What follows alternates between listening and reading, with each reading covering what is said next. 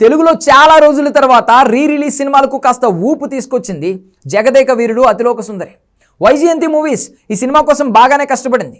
Cinema వచ్చి 35 ఏళ్లు పూర్తి కావడంతో ఒరిజినల్ రీల్ కూడా దొరకలేదు. దీనికోసం 3 సంవత్సరాలు తెలుగు రాష్ట్రాల్లో ఉన్న అన్ని థియేటర్స్ తిరిగి చివరికి ఒక మారుమూల గ్రామంలో ఉన్న థియేటర్లో ఒరిజినల్ రీల్ తీసుకున్నారు. దాన్ని నీట్గా కడిగి 4Kలోకి మార్చి అనంతరం 3D వర్షన్ కింద రెడీ చేశారు.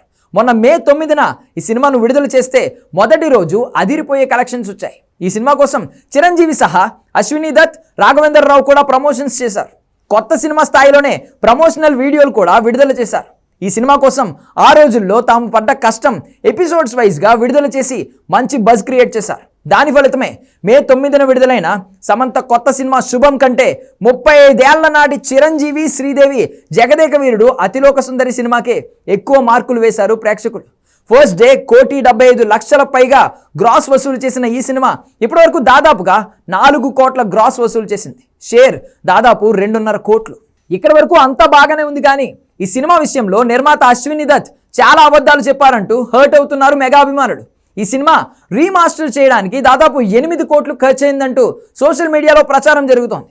ఒక పాత సినిమా కోసం ఇన్ని కోట్లు ఖర్చు పెట్టడం అనేది ఇప్పటి వరకు ఇండియాలో జరగలేదు. నిజంగా వాళ్ళు చెబుతున్నట్లు జగదేక వీరుడు అతిలోక సుందరి కోసం 8 కోట్లు ఖర్చు పెట్టారా అనేది అనుమానమే. అయితే ట్రేడ్ నుండి వస్తున్న సమాచారం ప్రకారం ఈ సినిమాకు మొత్తం కలిపి 1,20,00,000 మాత్రమే ఖర్చు అయిందని తెలుస్తోంది. అది కూడా ప్రింట్ మరీ పాతగా ఉండడంతో దాన్ని 3D చేయాలి అనే ఆలోచన రావడంతో 1 కోటికి పైగా ఖర్చు అయింది. లేదంటే ఆ ఖర్చు 50 లక్షల రూపాయలతో ఉండేది అని ట్రేడ్ పండితులు చెబుతున్నమాట. అనవసరంగా తమ సినిమా కోసం 8 కోట్లు ఖర్చు పెట్టామని సోషల్ మీడియాలో ప్రచారం చేసి చిరంజీవి పరువు తీయొద్దు అంటున్నారు అభిమానులు.